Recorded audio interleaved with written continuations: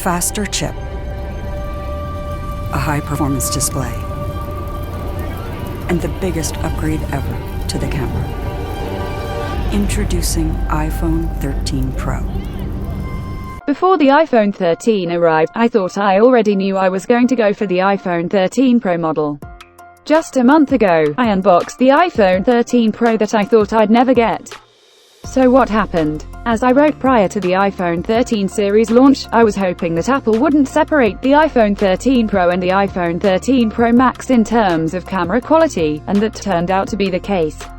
However, between writing that and placing my order, my life, and the world to a certain extent, changed in a way that convinced me to revise my priorities. It starts with my previous phone. I got an iPhone 12 Pro during lockdown, which meant that most of the time I was using it at home over Wi-Fi.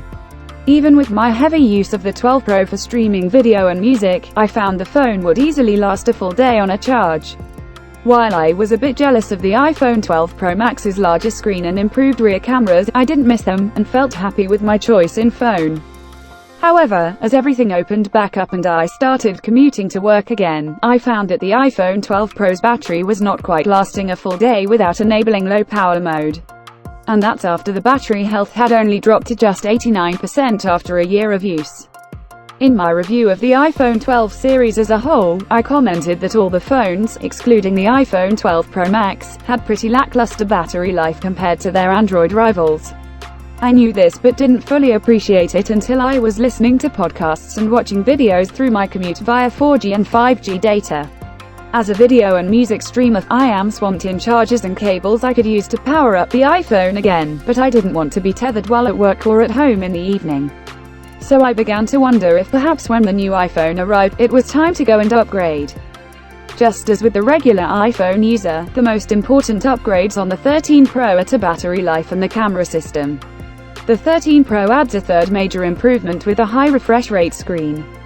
Upgrading the battery, camera, and screen sounds like an iterative, yearly update. They sound like the so-called S updates that Apple used to do for iPhones before its naming schemes became unpredictable. And it is true that the design is virtually identical to that of last year's iPhone 12 Pros. But those assumptions, those words, don't quite do justice to how big the changes really are. The mid-frame of the Apple iPhone 13 Pro is made of stainless steel and the back is made of frosted glass.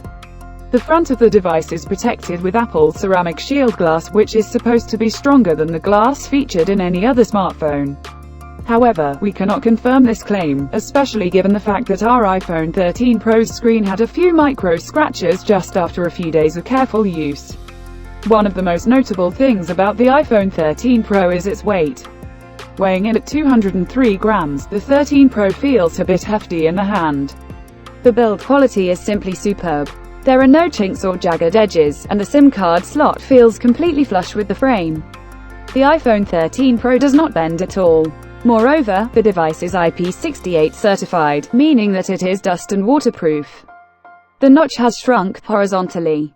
Now, it has an area of just 2.16 square centimeters. The width of the notch was reduced by 0.78 centimeters. However, its height increased by 0.4 centimeters. There is a very significant camera bump on the back, which now has a height of 3.75 millimeters. The 12 Pro's camera bump stuck out only 1.75 millimeters from the back. Last year's iPhone 12 Pro didn't offer enough to make it worth the extra money over the excellent iPhone 12, but Apple has significantly beefed up the iPhone 13 Pro. The super slick 120Hz screen significantly improves the experience of using the phone, bringing it up to par with top Android phones. The cameras are some of the very best, with a 3x optical zoom, better low-light shots and added macro photography. Combined with its good battery life and top performance, no one makes a better modest-sized phone. Plus Apple will support it with software updates beyond 5 years, making it a long-lasting purchase. It is still an expensive, luxury phone that's pretty heavy but not cutting-edge like flexible screen rivals. Like most new phones, it is not worth upgrading to if you have a good recent model, either.